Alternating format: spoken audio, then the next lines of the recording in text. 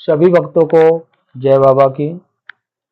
आज एक बार फिर हम आप सभी भक्तों के समक्ष उपस्थित हुए हैं भक्ति सागर पंचद्वार बराड़ा धाम चैनल के माध्यम से।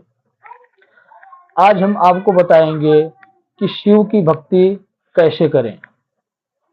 घर में रहकर हम शिव की भक्ति मंत्रों के उच्चारण के द्वारा या रुद्राक्ष की माला के द्वारा संकल्प लेकर भक्ति हम कैसे करें, या बिना संकल्प के भी हमें कैसे मंत्रों का जाप करना चाहिए, जो कि हम किस प्रकार करें, इसके बारे में आज आपको मैं समझाने जा रहा हूँ।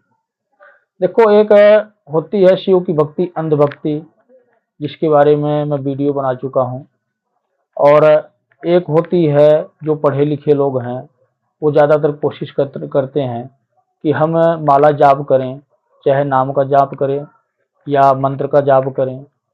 उनकी प्रक्रिया ये होती है, जो जहाँ तक सक्षम होता है वो उस प्रकार से भक्ति करने की कोशिश करता है।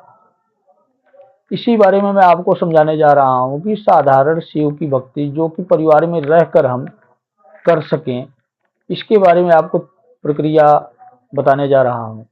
आपको उसी प्रकार ही जलाभिषेक करना है जैसे आपको पहले बताया था मैं। जैसे कि आप चाहें तो जलाभिषेक के साथ बेलपत्र और दूध दही शहद या फूल गुड़, जो भी सामग्री आप शामिल करना चाहते हैं वो शामिल कर सकते हैं। प्रतिदिन आपको जल चढ़ाना है शिवलिंग पर।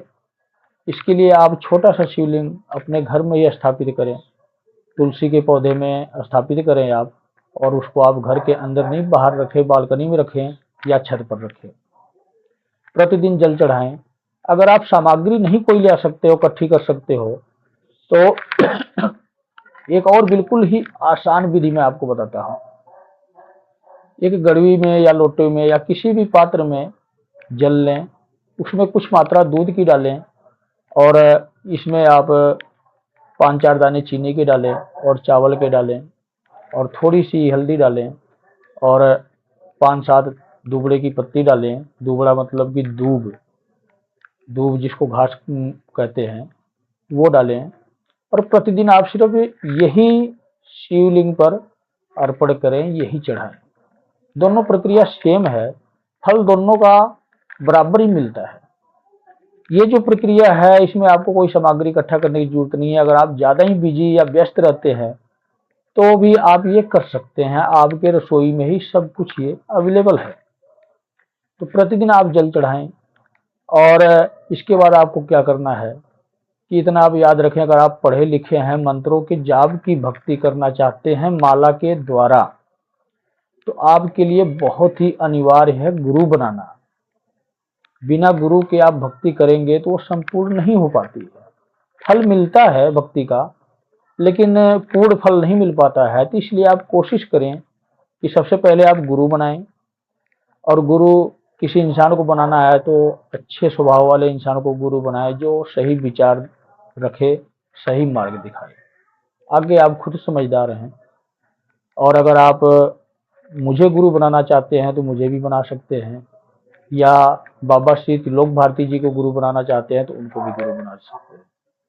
तो अब मैं आपको बताता हूँ कि आप एक माला गुरु के नाम की करें और 5 माला ओम नमः शिवाय की, और शाम को सिर्फ ओम नमः शिवाय की 5 माला करनी है। यानी कि आपकी सुबह से लेकर शाम तक टोटल 11 माला हो गई। एक माला गुरु के नाम की और 5 माला 10 माला ओम नमः शिवाय की। प्रतिदिन आपको ये 11 माला करनी होगी। और अगर आप आसान प्रक्रिया अपनाना चाहते हो तो आपको कोई व्रत वगैरह रहने की आवश्यकता नहीं है। आप प्रतिदिन 11 माला करें, शिवलिंग पर जल चढ़ाएं। सिर्फ यही तरीका है घर में साधारण भक्ति का, जिसमें कि आप किसी भी प्रकार के व्यक्ति होंगे, चाहे कोई नौकरी सर्विस करने वाले या बिजनेस धंधा वाले, हर एक व्यक्ति के लिए भक्ति आसान और बिल्कुल साधारण है। मात्र 15 से 20 मिनट लगते हैं या आधा घंटा लगा लो, इतना हर कोई टाइम निकाल सकता है। हाँ, सुबह आप 10 बजे तक कभी भी जल चढ़ा सकते हैं, किसी भी टाइम आप जल चढ़ा दें। सबसे बेस्ट टाइम होता है सुबह का 9-10 बजे तक, 11 बजे तक। इसके बाद जल चढ़ाना नहीं चढ़ाना चाहिए, कोशिश करें। हाँ, लेट हो गए तो बात वो अलग है, या कोई स्पेशल दिन है शिव का तो वो अलग बात है, सारा दिन जल चढ़ता है। लेकिन हमें कोशिश करनी चाहिए कि 9 से 10 बजे के आसपास तक जल चढ़ा लें शिवलिंग पर। तो हर कोई इस प्रकार की भक्ति कर सकता है। और एक थोड़ा सा कठिन प्रक्रिया भी मैं आपको बता देता हूँ। बहुत से व्यक्ति ऐसे भी होते हैं कि जो सोचते हैं कि हम व्रत भी रहें शिव जी के नाम का, तो आप व्रत भी रह सकते हैं। व्रत करने का क्या तरीका है ये मैं आपको बता देता हूँ। जो व्यक्ति व्रत रहना चाहता है तो वो संकल्प लेकर व्रत रहे कि मैं 5 सोमवार का व्रत रहूंगा, या 11 सोमवार का रहूंगा, या 21 सोमवार का रहूंगा, या 51 सोमवार का। वो उसकी इच्छा है, जितना रखना चाहता है वो संकल्प लेकर व्रत रहे। और प्रक्रिया आपको यही करनी है, 11 माला ही करनी है एक गुरु के नाम की, और 10 माला ओम नमः शिवाय के नाम की। और साथ में आपको शिव चालीसा का पाठ करना है, बहुत ही फलदायी होता है। और इसके साथ एक शिव श्रोतम का पाठ करें, अवश्य करें आप शिव श्रोतम। और ये पाठ अगर आप करते हो, इससे अगर आपके घर में कोई बुरी शक्तियों की बाधाएं हैं, इस पाठ से वो दूर होती हैं। बुरी शक्तियां मतलब भूत प्रेत बाधा, या कोई भी ऐसी अड़चन आपके परिवार में है, वो धीरे धीरे दूर होना शुरू हो जाती है। सोमवार का अगर आप व्रत रहते हैं तो शिव चालीसा और शिव श्रोतम ये तो पाठ अवश्य करें। और शिव अष्टाकम भी है, उसका करना चाहे तो आप उसका भी कर सकते हैं। बहुत ही ये महत्वपूर्ण पाठ करे हुए होते हैं। इससे शिव की इतनी एनर्जी आती है कि बुरी शक्तियां धीरे धीरे सब दूर होने लगती हैं। तो मैं यही समझाना चाहूँगा। खाने में आप क्या यूज कर सकते हैं, अगर आप कर सकते हैं तो कोशिश करें सिर्फ फलाहार रहें।